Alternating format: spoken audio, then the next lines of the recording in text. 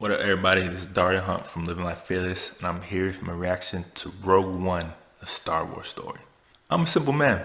When I see Star Wars, I watch. You'd be hard pressed to find any franchise that's had a bigger impact on pop culture than Star Wars. And no matter how you feel about particular films in the series, Episode 1 and Episode 2 are trash. They all still provide some iconic moments and are a spectacle when they release. For example, I personally felt like A Force Awakens was highly overrated and just a rehash of Episode 4. But no matter how I felt about that particular movie, I couldn't help but get that giddy, childlike excitement when I saw the first trailer for Rogue One. It looked dark, gritty, full of interesting characters, and even though I knew it didn't have any Jedi or Sith, it looked like one of the most action-packed Star Wars movies to date. It looked like the new Star Wars movie that I have been waiting for. The general setup of Rogue One is that it's a direct prequel to A New Hope, the OG. And it tells the untold story about the group of rebels who did steal the Death Star's plans and sent it to the rebellion. And that is pretty much the whole plot. Simple, right? No real Jedi or Sith, no political exposition, no complicated family backstories, just good, clean fun, and is definitely the most straightforward film in the series yet. Honestly, it was refreshing and a welcome change for a series in which things can get overly verbose, like in the prequels, and muddied down with lore and history, like A Force Awakens. It's a movie you could take anybody to without them feeling overwhelmed without knowing the overall history and knowledge of Star Wars. It's an opportunity that was afforded to them for the fact that it's an anthology film and it's not a direct part of the Skywalker saga. It's an opportunity that they utilize extremely well. Despite knowing the outcome of the film, the story is still extremely well told and interesting to follow from beginning to end. And it adds a newfound weight to the events that unfold later in A New Hope. The visuals on Rogue One are fantastic, as one would expect. There aren't as many diverse locations and planets as there are in probably the saga films, but the locations that we do get are as good as any as we've been to before. We even get a glimpse at Darth Vader's castle. World building is fantastic, and it's something that they've always been really good at, and good at giving that lived in feeling. And the space and ground battles, wow. They have a real weight and grittiness to them that I've never really felt before in a Star Wars movie. They easily are some of my favorite action set pieces from any movie in the series.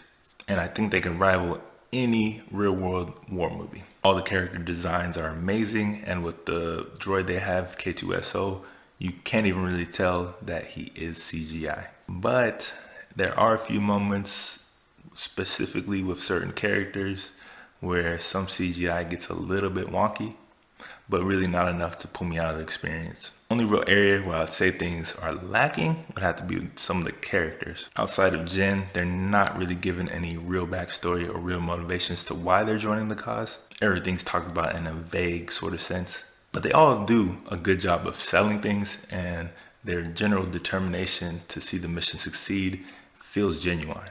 And while individually there aren't any characters as iconic as, say, Luke Skywalker, collectively, I think they're one of the most interesting groups to ever come in the series. Their chemistry was great, and they were so likable that the real emotional moments really hit hard and really had me pulling for them to succeed.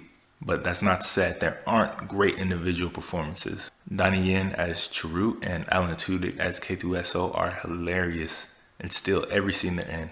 And Felicity Jones as Jyn brought some real emotion and heart to the proceedings. And the last thing I have to mention is Darth Vader.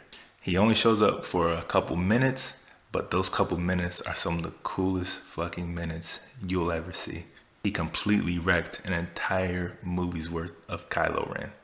Have you guys seen Rogue One? What did you think about it? Did it live up to the hype and the name? What moments were your favorite? Let me know in the comments below, and be sure to head over to Living Life Fearless and leave your rating for the movie. Now, with that being said, I'm gonna go ahead and warn you, I'm about to go into some spoiler territory, so I'm gonna give everybody about 5 seconds to go ahead and leave the video.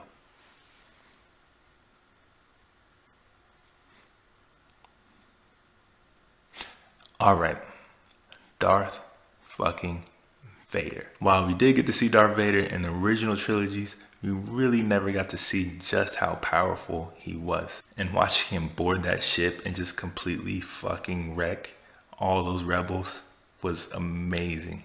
It had me grinning like a fucking schoolgirl. It was all moments before the proceedings of A New Hope, and watching them fill in that gap was just fucking cool. He even managed to get in a pretty funny / cool line. Watching him just choke the shit out of Krennic, fucking dope. There were a few moments that were a little wonky, like the CGI Tarkin and CGI Leia. They kind of had that plastic, dead-eye, uncanny valley thing going on with them.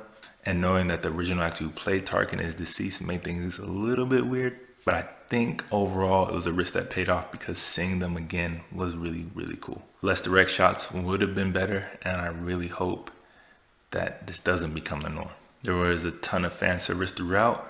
Seeing those two guys who originally started trouble with Luke and Obi-Wan, who had gotten their arms cut off in episode 4, seeing them on Jeddah was pretty cool.